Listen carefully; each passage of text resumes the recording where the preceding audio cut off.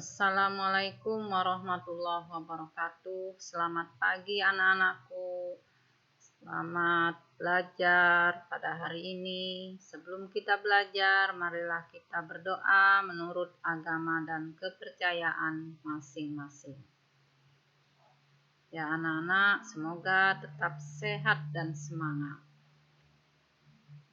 Pada pagi ini kita akan mempelajari tentang tema 6 menuju masyarakat sejahtera. Subtema 1 masyarakat peduli lingkungan. Kembali dengan Ibu Samnurjana SPD, guru kelas 6 SD 013 Babu. Oke anak-anak, pada materi pagi ini kita akan pelajari tentang cara mengatasi permasalahan pada masa pubertas. Nah, apa yang dapat kamu lakukan untuk lingkungan pada masa pubertas? Ya, pada pelajaran yang lalu kita sudah pelajari tentang masa pubertas dan ciri-cirinya. Nah, pada masa pubertas hendaknya isilah hari-harimu dengan kegiatan yang positif. Apa kegiatan positif yang bisa dilakukan pada masa pubertas? Nah, ayo cari tahu melalui gambar-gambar poster yang ada di dalam pembelajaran ini. Nah, pada pelajaran yang lalu kita sudah belajar perubahan yang terjadi pada masa pubertas. Perubahan pada masa pubertas dapat menimbulkan beberapa permasalahan.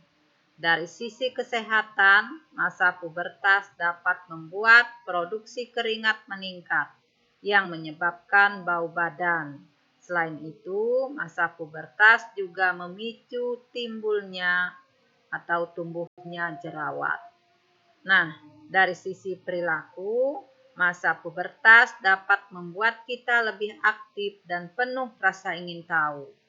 Rasa ingin tahu yang tinggi dapat memicu remaja untuk mencoba hal-hal negatif seperti narkoba misalnya, merokok, ya, atau hal-hal lain yang merusak mental dan fisik kita. Nah, permasalahan-permasalahan tersebut sebaiknya kita atasi.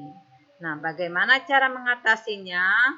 Sekarang kita lihat cara mengatasi permasalahan tersebut sebagai berikut. Anak-anak, perhatikan gambar poster berikut ini. Tips sukses pubertas. Nah, di sini ada cara mengatasi permasalahan yang mengganggu kesehatan. Misalnya 1. Mandi secara teratur. 2. Membersihkan wajah secara teratur. Jadi anak-anak setiap habis bepergian, habis bermain, atau habis berolahraga, sebaiknya kita mencuci muka dengan sabun muka. Kemudian membersihkan organ reproduksi secara rutin. 4. Memakai pakaian dalam yang bersih dan menyerap keringat. 5. Untuk perempuan wajib mengganti pembalut sedikitnya 2 kali sehari ketika anak-anak mengalami menstruasi. Nah, cara mengatasi permasalahan perilaku. 1. Harus banyak mendekatkan diri kepada Tuhan. 2. Memilih teman bergaul yang baik. 3. Mendengarkan nasihat orang tua. 4. Berpikir dan melakukan hal yang positif. 5.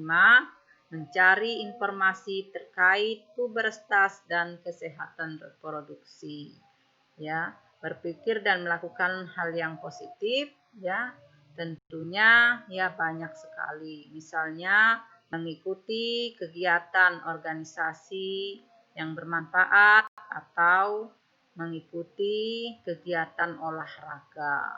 Nah, anak-anak, sekarang ya kita harus memperhatikan jangan takut pada pubertas. Sekarang ayo kita kenali tips menghadapi pubertas. Pubertas ya, di antaranya ya, sekarang kita akan membuat poster tentang masa pubertas. Kita buat poster menarik semenarik mungkin. Kita beri judul yang menarik, tambahkan gambar yang sesuai sehingga mudah dipahami. Ya. Nah, contohnya di sini ya. 1. Selalu mendekatkan diri kepada Sang Pencipta Allah Subhanahu wa taala atau Tuhan yang Maha Esa. Ya, kita buat gambar seperti berikut ini. Selalu berpikir positif dan melakukan perbuatan yang positif. Banyak membaca buku pengetahuan misalnya. Memilih teman bergaul yang baik, kemudian mengembangkan hobi dan bakat. Nah, misalnya olahraga, ya, seni, ya. Kemudian mencari informasi, bertanya, berdiskusi kepada orang tua atau guru atau orang-orang yang berpengalaman di sekitar kita. Oke, anak-anak. Kita lanjutkan pada materi bahasa Indonesia, yaitu memperkirakan informasi dari teks non-fiksi berdasarkan kata kunci. Pada materi-materi yang lalu, kita sudah banyak mempelajari tentang informasi dari teks non-fiksi berdasarkan kata kunci. Nah, kali ini kita akan memperkirakan informasi dari teks non-fiksi berdasarkan kata kunci lagi. Kita juga akan menentukan kesesuaian isi teks dengan perkiraan informasi. Sebelumnya kita baca teks non-fiksi berikut ini dengan seksama. Nah, anak-anak, judulnya adalah menjadi aktivis peduli lingkungan dengan mengumpulkan koran bekas. Sikap peduli terhadap lingkungan sebaiknya dilakukan oleh siapa saja. Pelatihan AB Sam yang berasal dari Abu Dhabi menunjukkan sikap peduli terhadap lingkungan. Ia telah mengumpulkan lebih dari 650 kg koran bekas. Ia juga mengumpulkan 60 telepon genggam tidak dipakai untuk didaur ulang. Menurutnya, kita harus menjaga lingkungan meski dengan cara yang sederhana. Tindakan yang dilakukan Sam merupakan bagian dari gerakan daur ulang yang diprakarsai oleh Kelompok Lingkungan Emirat atau EEG. Kegiatan tersebut terdapat dalam kampanye Reskill Reflex Sam melalui keikutsertaannya dalam gerakan ini dengan menyumbangkan 450 kg koran bekas, lalu ia kembali menyumbangkan 200 kg koran bekas lainnya. Sam mulai peduli lingkungan di usia 6 tahun setelah mengikuti kegiatan serupa di sekolahnya. Sam kemudian mulai sering mengikuti kegiatan kampanye lingkungan dengan mengumpulkan kertas dan kaleng bekas serta melakukan penghijauan. Sam juga mendatangi toko elektronik untuk mengumpulkan telepon genggam yang tidak terpakai. Nah, itu tadi kita sudah membaca sebuah teks non-fiksi. Kita tuliskan judul dan kata kunci pada judul. Kemudian kita tentukan perkiraan informasi sesuai dengan kata kunci. Setelah itu, kita menentukan kesesuaian isi teks dengan perkiraan informasi. Kita tuliskan seperti contoh berikut ini. Judul teks, menjadi aktivis peduli lingkungan dengan mengumpulkan koran bekas. Kata kunci pada judul, 1. Aktivis, 2. Peduli lingkungan, 3. Mengumpulkan koran bekas. Perkiraan informasi sesuai kata kunci, kepedulian seorang aktivis terhadap lingkungan dilakukan dengan mengumpulkan koran bekas. Kesesuaian isi teks dengan kata kunci. Isi teks setelah dibaca sama dengan perkiraan informasi, yaitu tentang seorang aktivis yang peduli terhadap lingkungan. Nah, sekarang kita lanjutkan pada materi PKN, yaitu manfaat melaksanakan kewajiban dengan tanggung jawab. Kita sudah belajar tentang kewajiban. Ada kewajiban sebagai anggota keluarga, warga sekolah, dan warga negara Indonesia. Setiap kewajiban memiliki manfaat jika dilaksanakan.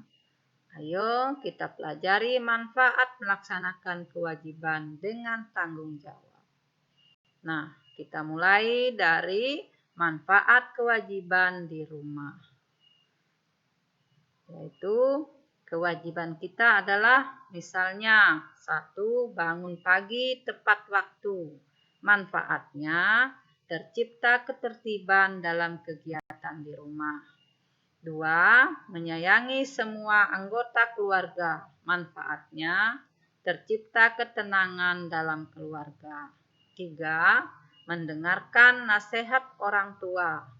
Manfaatnya tercipta keharmonisan dalam keluarga.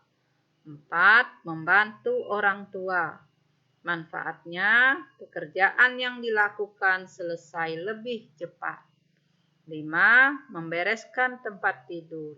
Manfaatnya tempat tidur menjadi rapi. Sekarang kita lihat manfaat melaksanakan kewajiban di sekolah. Di setiap sekolah memiliki aturan yang harus ditaati oleh seluruh warga sekolah. Aturan tersebut merupakan kewajiban yang harus dilakukan semua warga sekolah. Jika kita melakukannya dengan tanggung jawab, kita akan merasakan manfaatnya. Ayo kita pelajari manfaat melakukan kewajiban di sekolah dengan tanggung jawab berikut ini. 1. Kewajiban kita 1. Mendengarkan ketika guru menjelaskan. Manfaatnya kegiatan belajar berjalan dengan baik. 2. Datang ke sekolah tepat waktu. Manfaatnya dapat berkonsentrasi dalam belajar. 3. Mengikuti upacara bendera. Manfaatnya meningkatkan rasa cinta tanah air. 4. Menghormati guru dan sesama teman. Manfaatnya tercipta kerukunan di sekolah. Kemudian 5. Menulis surat izin jika tidak berangkat. Manfaatnya pihak sekolah mengetahui keadaan siswa. Oke, manfaat kewajiban yang ketiga yaitu manfaat melaksanakan kewajiban sebagai warga negara. Sebagai warga negara, kita juga memiliki kewajiban yang harus dilaksanakan. Dengan melaksanakan kewajiban, kita akan mendapatkan manfaatnya. Kita pelajari manfaat melaksanakan kewajiban sebagai warga negara berikut. 1. Kewajiban membayar pajak. Manfaatnya pembangunan sarana umum terus berjalan. 2. Mentaati aturan lalu lintas. Manfaatnya aman saat menggunakan jalan raya. 3. Menjaga kebersihan lingkungan. Manfaatnya merasa nyaman dimanapun kita berada. Oke, anak-anak, kita bisa menuliskan pelaksanaan kewajiban ya baik di rumah, di sekolah, atau di lingkungan, seperti yang ditulis oleh teman kalian berikut ini.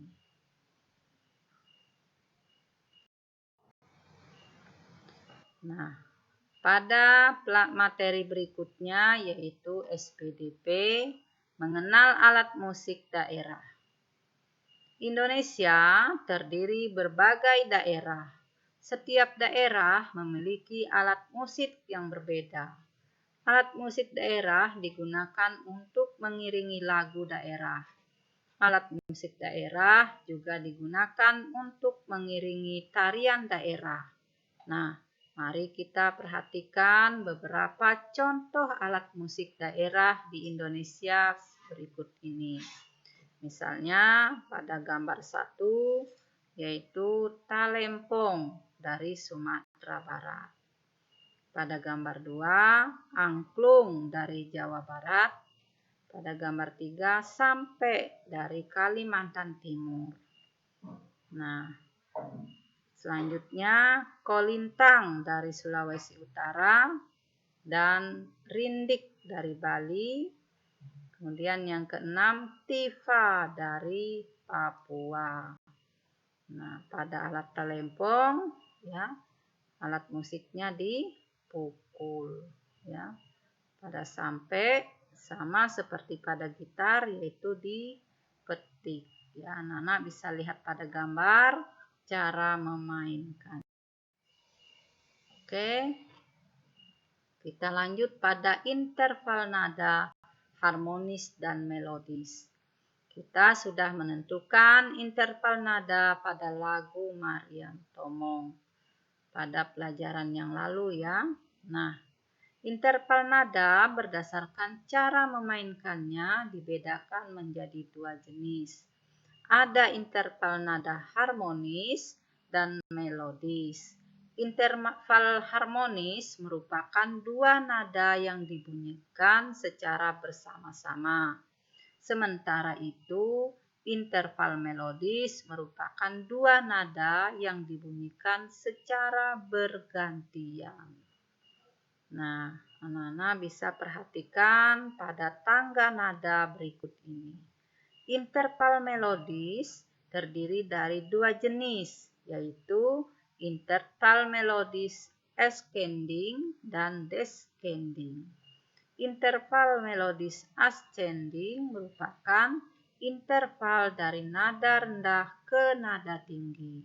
Sementara itu, interval melodis descending adalah interval dari nada tinggi ke nada rendah.